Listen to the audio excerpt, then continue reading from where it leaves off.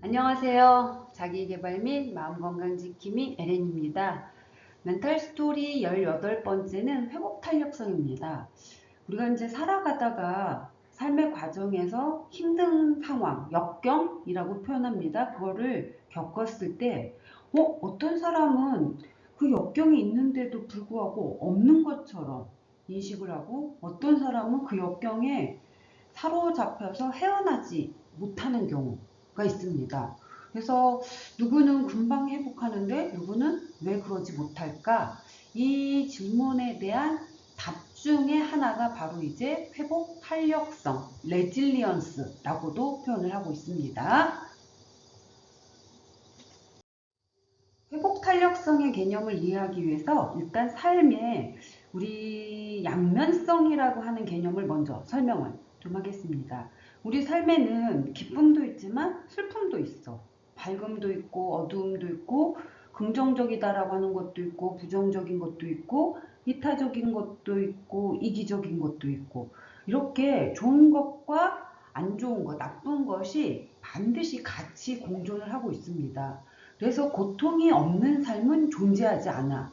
그 말은 모든 삶에는 다 고통, 역경이라고 하는 게 다 있다라고 하는 부분입니다.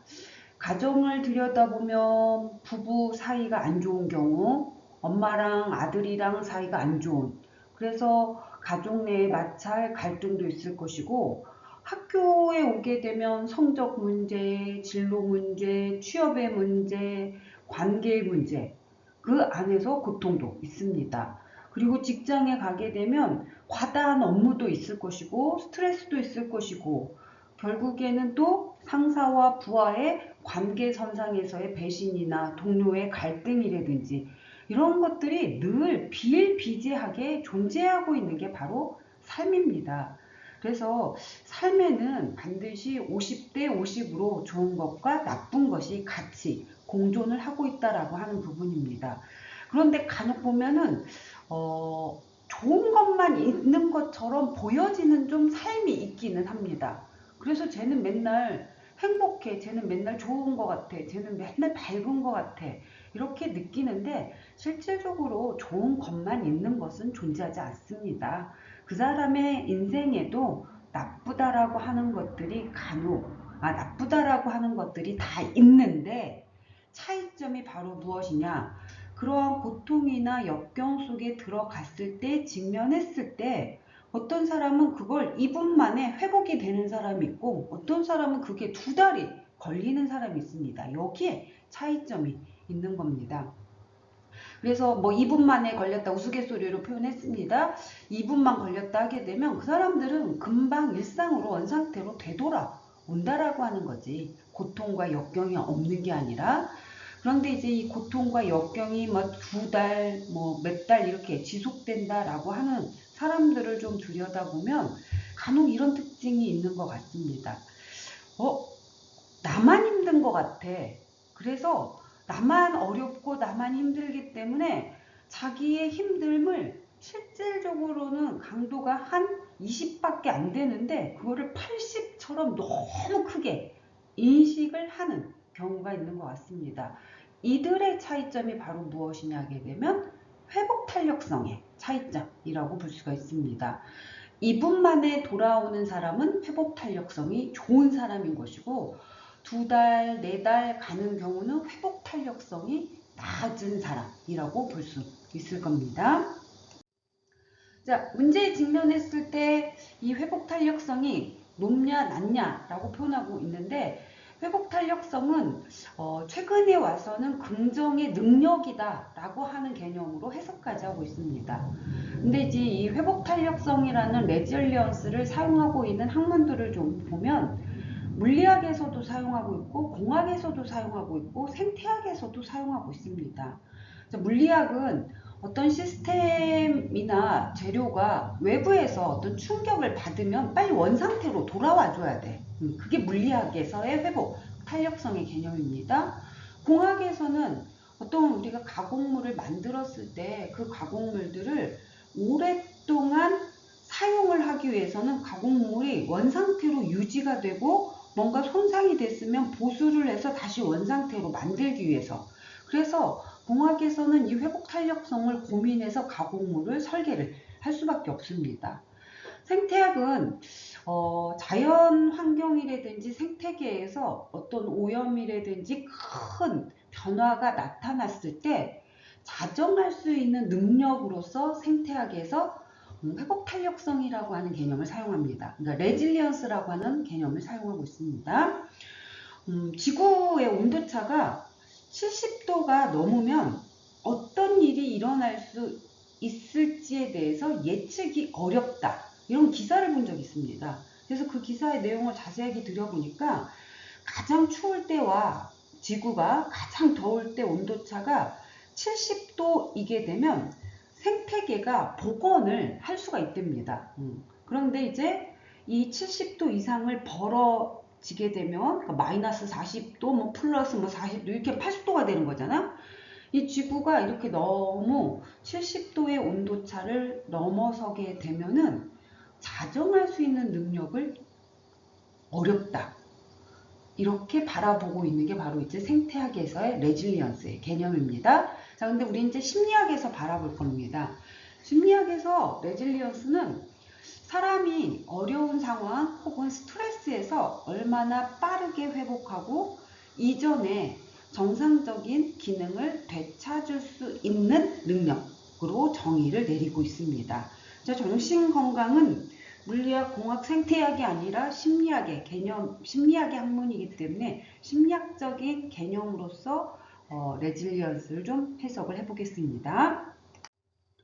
자, 정신건강에서 회복탄력성이라고 하는 건 스트레스나 역경이 있을 때 심리적으로 안정감과 균형을 갖고 있고 이전 상태로 회복을 하고 회복했다라고 해서 끝나는 게 아니라 더 나아지기 위한 성장하기 위한 능력까지를 회복탄력성 개념으로 해석을 합니다. 간혹 우리가 삶에 살아가는 과정에서 그 문제 발생했을 때 잘 버텨, 잘 견디면 돼, 그럼 해결돼, 이렇게 좀 표현을 합니다. 물론 일단은 문제를 해결하기 위해서는 그 문제 상황에 사로잡히지 않고 버티고 견디는 것은 반드시 필요하다라고 말씀을 드리겠습니다. 그런데 회복 탄력성은 단순하게 버티는 능력, 견디는 능력을 말하는 게 아니라 그 문제가 일어나기 이전의 상태에 나의 컨디션을 완전하게 돌려 놓을 수 있어야 됩니다. 그래서 원 상태로 회복을, 복원을 시키고 거기에서 그치지 않고 앞으로 한 발짝 더 나아가기 위한 능력, 즉 성장까지 포함시킨 개념이라고 볼 수가 있습니다. 단순히 스트레스 상황이 발생했을 때 그 스트레스를 저항하는 게 회복 탄력성인 게 아니라 회복한 후에 성장으로 나아가는 것. 즉 위기를 없애는 게 아니라 위기를 견디는 게 아니라 위기를 기회로 만드는 것. 혹은 그 위기를 토대로 해서 성장하는 것, 나아가는 것. 이 개념까지를 포함시켜서 회복 탄력성이라고 말씀을 드리겠습니다. 자, 이 회복 탄력성이 높은 사람들은 실질적으로 우울이라든지 불안이라든지 스트레스를 완화하는 데 있어서 직접적인 효과를 가지고 있고 이 레질리언스 능력이 높은 사람들은 위기를 경험한 후에 더 큰 성장, 이거를 우리가 이제 포스트 드라마틱 그로스라고 표현합니다. 오히려 위기 전 상태보다 훨씬 확 커버리는 경우, 바로 레질리언스의 영향력이라고 볼 수가 있습니다. 자, 그리고 이 레질리언스 능력이 우수한 사람들이 실질적으로 삶의 만족도도 높다라고 말씀을 드리겠습니다. 자, 회복 탄력성 한번 체크해 보겠습니다. 제가 이제 문항을 읽어 드릴 테니까 몇 개나 동의하는지 손가락으로 한번 카운트해 보시기 바랍니다. 건강한 자존감과 자신감을 갖고 있다. 어려움에 직면해도 쉽게 적응한다. 가급적 문제를 피하기 위해 미리 대비한다. 어떤 어려움이라도 일시적이라고 생각한다. 위기의 순간 침착해지는 방법을 알고 있다. 손실을 경험해도 상대적으로 쉽게 회복한다. 겪고 있는 어려움에 대해 다른 사람에게 쉽게 이야기할 수 있다. 역경 속에서도 합리적으로 생각하여 절망에 빠지지 않는다. 어려울 때도 자주 하며 웃는 법을 알고 있다. 역경을 통해 배우고 성장한다고 생각한다. 과거의 역경 덕분에 더 강해지고 성장했다고 생각한다. 어려움에 굴하지 않고 지나갈 때까지 기다리는 편이다. 자, 12개의 체크리스트 중에서 동의하는 문항이 4개 밑에면 회복 탄력성이 좀 낮다라고 평가를 해볼 수 있을 것이고 9개 이상이면 회복 탄력성이 높다라고 해석을 좀 해볼 수 있을 겁니다. 자, 그러면 이제 회복 탄력성을 높이는 방법들은 어떤 것들이 있느냐? 굉장히 많이 있습니다. 그럼에도 불구하고 저는 이제 4가지를 말씀을 드리고 싶은데 회복 탄력성이 높은 사람들의 공통된 패턴 중에 하나가 일상의 기본을 안정적이면서 정성스럽게 보냅니다. 이게 무슨 의미냐? 수면 7시간 이상 취하기, 식사 때가 되면 밥 먹기, 그리고 피곤하면 쉬어주기. 이런 일상의 것들, 때가 되면 밥 먹기, 이런 것들을 간과하지 않는다라는 거야. 가볍게 무시하지 않는다라는 거지. 이런 것들을 좀 규칙적으로 지키는 사람들이 어떤 문제가 발생했을 때 회복 탄력성이 높다라고 말씀을 드릴 수 있습니다. 두 번째로는 정서 조절 능력이 잘 갖춰진 사람, 감정을 인식하고 감정을 조절하는 힘이라고 말씀을 드립니다. 감정 부분 되게 중요합니다. 멘탈 건강에 있어서는. 그래서 멘탈 스토리 17번에서 제가 감정에 대한 것들을 살펴봤으니까 한번 클릭해서 더 수강을 해보시기 바랍니다. 정서 조절 능력이 우수하다는 건 부정적인 감정을 안 갖는 게 아니라 부정적인 감정을 수용을 하고 그 감정을 긍정적으로 재해석을 할 수 있는 능력이라고 말씀을 드리고 이게 우수한 사람들이 회복 탄력성이 높다라고 볼 수 있습니다. 세 번째로는 이제 자기 효능감이라고 표현합니다. 스스로 자기한테 긍정적으로 말을 할 수 있는 사람들. 그러니까 나 스스로 나 이거 충분히 가능해. 할 수 있어. 나 그거 할 준비 되어 있어. 이런 말들을 좀 하는 사람들이 회복 탄력성이 높다라고 볼 수가 있습니다. 자, 이런 긍정적인 자기 대화가 높은 사람들은 성장의 삶의 과정 중에서 작은 성공들을 되게 많이 누적했어. 작은 성공. 큰 성공이 아니라 작은 것들. 그러다 보니까 작은 성공이 한 20개, 30개 누적되어 있다 보니까 나 충분히 가능한데? 이 확신이 강화되어 있습니다. 그래서 이런 사람들이 회복 탄력성이 높다라고 말씀을 드릴 수 있고 마지막으로 이제 사회적 지원 세력, 지지 세력이라고 말씀을 드리는데 우리는 혼자 사는 삶을 살면 안 됩니다. 누군가하고는 반드시 함께 사셔야 됩니다. 가족이 되었든 친구가 되었든 연인이 되었든 멘토가 되었든 전문가가 되었든 이런 사람들과의 관계망을 무시하지 마시고 연결하면서 좀 사셔야 되는 겁니다. 왜? 이 사회적인 연결이 잘 되어 있는 사람들이 역경에 직면했을 때 문제나 고통에 직면했을 때 오히려 성장이 훨씬 더 촉진이 된다라고 하는 부분입니다. 왜? 옆에서 힘내, 네 옆에 나 있어 이 말을 해주는 사람들이 이 말을 해주는 사람이 없는 사람보다 훨씬 더 빠른 속도로 회복되게끔 되어 있습니다. 혹시 지금 나에게 문제나 고민이 발생했는데 힘을 주는 사람, 세 사람을 한번 떠올려 보시기 바랍니다.